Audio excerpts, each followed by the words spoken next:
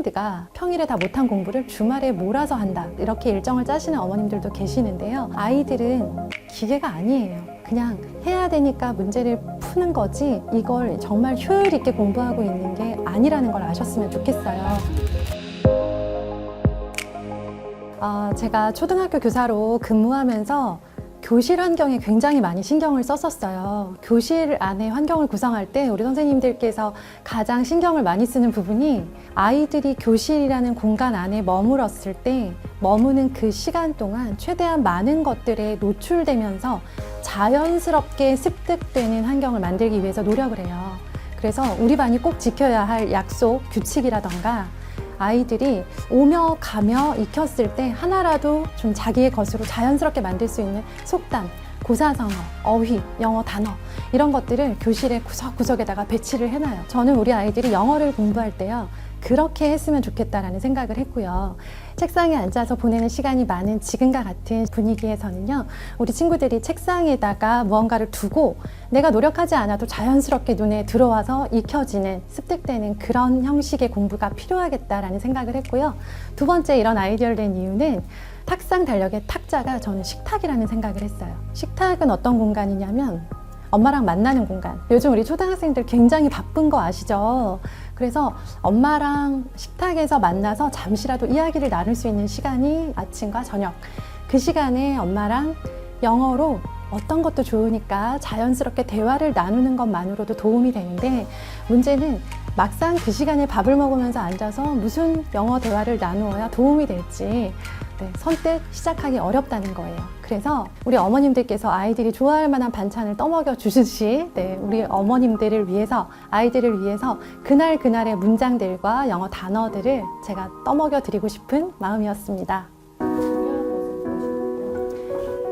보통 초등 영어에서 놓치면 안 되는 게 레벨 테스트 최상위 반이라고 생각을 하시죠? 네.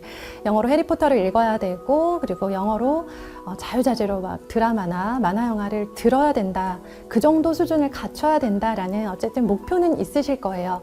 결국 우리 아이들이 학습으로서의 영어를 하고 있고, 실제 생활에서 자기의 꿈을 펼치기 위해서는 전 영어라는 도구, 무기가 너무나 중요하다고 생각을 하는데요.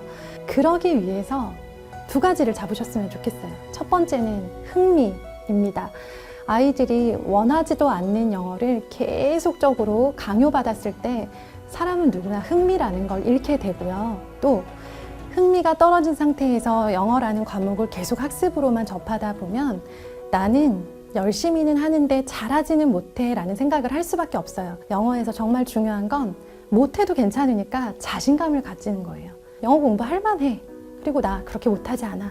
이 두 가지를 초등 시기에 가지고 있다면 노출은 끊임없이 일어날 수 있고요. 그 노출을 바탕으로 실력이 쌓이게 될 거기 때문에 우리 어머님들이 가장 많이 기억하실 것, 흥미와 자신감이라는 거 마음에 새겨주셨으면 좋겠습니다.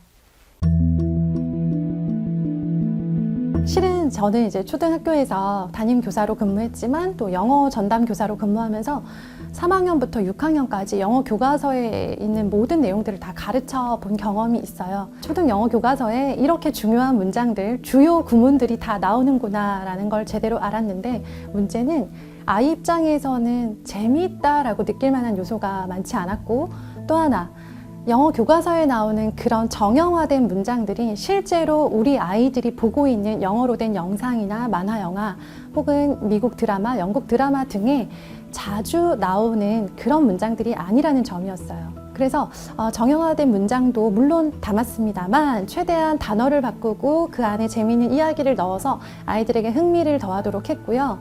거기에다가 우리 아이들이 실제로 영어 영상이나 영어책에서 많이 만날 수 있는 그런 재미있는 문장들, 와 이런 표현도 있었네 라고 하는 그런 흥미를 끌만한 문장들을 구성하기 위해서는 정형화된 엄마인 저보다는 많은 영어 영상과 영어책에 노출되어 있는 상태인, 그래도 저보다는 좀 싱싱한 상태인 아들의 도움이 필요했고요. 그래서 실제로 여기 나와 있는 모든 문장들은 전체 한 1000개 문장 정도의 후보군 안에서 아들이 직접 이렇게 하나하나 선별했고요. 그걸 바탕으로 이 책이 만들어지게 되었습니다.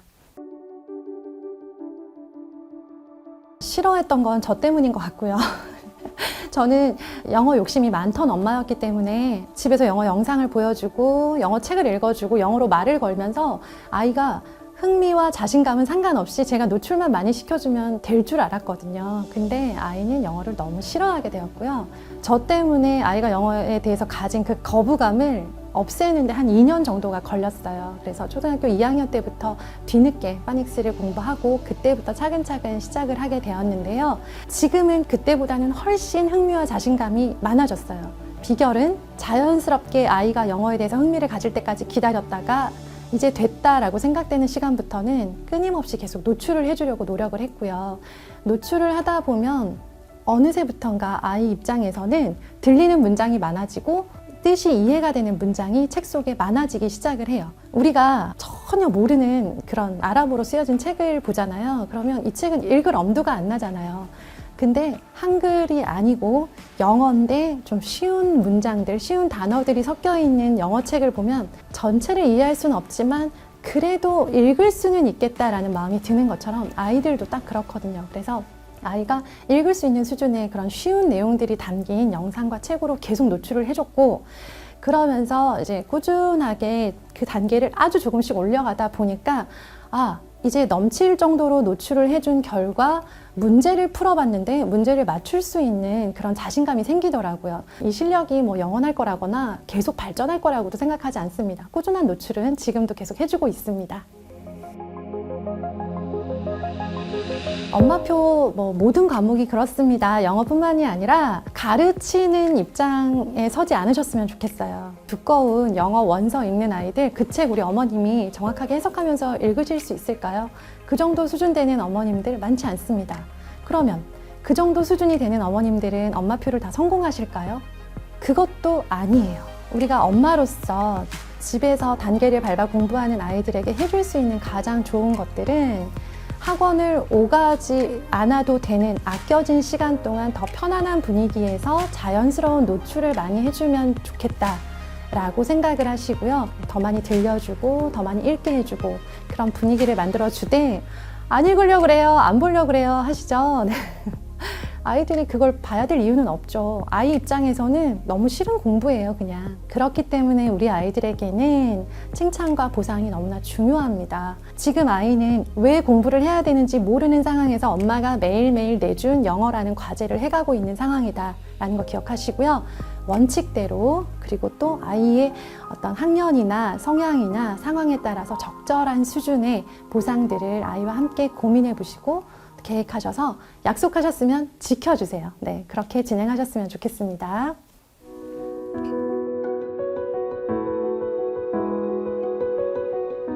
하루에 한 장 넘기면서 새로운 내용을 학습하도록 만드는 인력들은 많이 있지만 저는 그런 인력을 실제로 제가 저희 집에 두고 보니까 안 보게 되더라고요. 안 넘겨요. 그렇게 안 넘어가는 달력을 만들 수는 없다라는 생각을 해서 이 달력 전체를 관통하는 재미있는 이야기를 만들었어요. 그래서 그 이야기의 주인공은 셀리라는 4학년 여자 친구고요. 셀리의 단짝 친구인 제니가 등장을 하고 좀 새침대기예요. 그 다음에 셀리가 좋아하는 라이언이라는 남자친구가 있어요. 그냥 엄친아 있죠. 훈훈하고 인기 굉장히 많은 그런 라이언을 짝사랑하고요. 그리고 빌리라는 남자친구가 또 있는데 이 빌리는 자꾸 셀리한테 장난을 많이 쳐요. 그래서 셀리의 심기를 건드리죠. 그런데 이 4명의 친구가 교실에서 일어나는 여러 가지 일들을 우리 친구들이 실제로 나도 이런 일이 있었는데 라고 생각되는 그런 에피소드들 위주로 이야기로 구성을 했고요. 이 4친구들의 구도가 점점점 변해갑니다. 그래서 연말이 되잖아요. 12월쯤이 되면 짝사랑이 이루어지는지 혹은 누가 누구에게 고백을 하는지 이 뒤쪽으로 가면 알 수 있기 때문에 넘겨야 돼요. 달력을. 넘길 수밖에 없도록 만들려고 굉장히 많이 고민했고 그 점이 우리 초등 친구들에게 굉장히 흥미로운 요소로 작용할 수 있었으면 좋겠다 생각합니다. 학원은 참 좋은 곳이에요. 엄마가 언제나 선생님 역할을 해줄 수 없기 때문에 그 역할을 해줄 수 없는 상황에서 아이가 원하는 경우 시간과 경제적인 여건이 허락된다면 학원을 활용하시는 거 저는 적극 찬성합니다. 다만 가장 안타까운 상황은 아이가 너무나 힘들어하고 너무 많은 시간을 써야 되고 너무 많은 숙제 때문에 놀이터에서 잠깐 놀 시간이나 집에서 편안하게 뒹굴면서 책을 볼 시간도 없이 영어 학원의 커리큘럼에만 헉헉대면서 쫓아가는 상황이 가장 안타까운 거고요. 그렇게 되는 경우 노출량이 엄청나기 때문에 실제로 영어가 늘어요. 느니까 엄마는 늘기만 하면 된다. 레벨 테스트 봤는데 또 올라가요. 됐다! 라고 생각을 하시는데요. 그러는 사이에 아이들은 이제 영어라는 과목에 치를 떨게 되는 거죠. 그걸 가장 걱정하셨으면 좋겠고요. 또 하나는 학원에 보내놨으니까 됐다 라고 너무 안심하지 않으셨으면 좋겠어요. 이 학원이라는 커리큘럼 시스템 안에 들어가면 아이들은 굉장히 수동적이고 무기력해질 수밖에 없어요. 딱 하라는 만큼만 숙제를 하고 딱 들어야 되는 수업까지만 듣고 나는 이제 영어는 끝, 다 했어. 나 학원 갔다 왔으니까 게임할래. 계속 이런 생활이 반복이 되거든요. 중요한 건 얼만큼 배웠느냐가 아니라 배운 내용을 얼마나 내 것으로 만들었느냐, 즉 익혀지는 나만의 시간이 필요한 건데 아이가 익힐 시간이 없는 거예요. 그리고 어떤 프랜차이즈라고 하는 대형 어학원 아시죠? 오랫동안 이렇게 다듬어진 좋은 영어 프로그램들이 있는 학원들, 그 학원은 언제든 마음 먹으면 가실 수 있어요. 그러니까 마음 너무 급해하지 마시고요. 우리 아이한테 가장 잘 맞는 학원이 대형 어학원인지 소규모 공부방 스타일인지 아니면 1대1 수업이나 그룹 수업을 할 수 있는 곳인지 이런 것들 정도는 초등 시기에 충분히 경험하면서 아이한테 맞는 학원을 찾아가는 시도가 중요하다고 생각합니다. 이것들을 경험해본 아이들은요. 이 학원 저 학원을 경험할 여유가 없는 중고등 시기에 본인한테 맞는 스타일의 학원을 바로 찾아가서 활용할 수 있을 가능성이 높아지기 때문이죠. 저는 주말에 공부하는 걸 되게 싫어해요. 제가 지금 이제 하는 일이 머리를 쓰면서 계속 컨텐츠를 만들고 글을 쓰는 일을 하다 보니까 얼마나 뇌가 반복과 휴식을 좋아하는지를 알게 됐습니다. 공부하는 우리 아이들도요, 똑같다고 생각을 해요. 어쩌면 저보다 훨씬 더 많은 에너지를 쓰고 있을지도 몰라요. 평일 5일 동안은 우리 아이들이 거의 책 한 장 편안하게 읽을 시간의 여유도 없을 만큼 바쁜 하루를 보내고 있는데요. 그러다 보니까 트렌드가 평일에 다 못한 공부를 주말에 몰아서 한다. 이렇게 일정을 짜시는 어머님들도 계시는데요. 아이들은 기계가 아니에요. 그냥 해야 되니까 문제를 푸는 거지 이걸 정말 효율 있게 공부하고 있는 게 아니라는 걸 아셨으면 좋겠어요. 반복하면 훨씬 효율이 높아지고요. 휴식을 하면 반복하는 것만큼이나 또 효율이 높아져요. 우리 아이들이 열심히만 하다가 끝내지 말고 잘했으면 좋겠어요. 그러기 위해서 반복과 휴식이라는 두 가지 키워드 우리 부모님들이 잘 기억하고 계시고요. 만약에 욕심을 내서 일주일 동안 매일 하나씩 7개의 문장을 외운다라고 한다면요. 이 친구가 반복과 휴식 없이 쭉 가잖아요. 그러면 7개 중에 한 3개 정도 건질 수 있어요. 근데 이 친구가 5개를 평일 5일 동안 공부하고 그걸 주말 동안 휴식하면서 반복하잖아요. 그러면 5개 모두를 건질 확률이 굉장히 높아집니다. 그렇기 때문에 더 효율적인 공부를 할 수 있다라고 생각하셨으면 좋겠습니다. 영어 고민 많으시죠? 그래서 아마 이 책에도 관심이 가실 거고 이 책이라도 좀 써볼까? 우리 아이 책상에도 이거 놔볼까? 라고 생각을 하실 텐데요. 그래서 3가지 키워드는 항상 머릿속에 기억하셨으면 좋겠어요. 충분한 노출, 그리고 아이가 가지는 흥미, 아이가 가지게 될 자신감. 이렇게 3가지가 있는 상태에서 영어라고 하는 것이 편안한 일상의 습관이 되게 해주시고요. 자리가 잡히잖아요. 그리고 아이가 충분히 노출되고 있고 흥미도 있는 것 같고 자신감까지 생겼어요. 그러면 달리세요. 때가 되면 시키셨으면 좋겠고요. 그때 되면 아이랑 실랑이 하지 않아도 아이도 달려야 되겠다, 더 많이 해야 되겠다, 공부량을 늘려야 되겠다라는 걸 본능적으로 알게 돼요.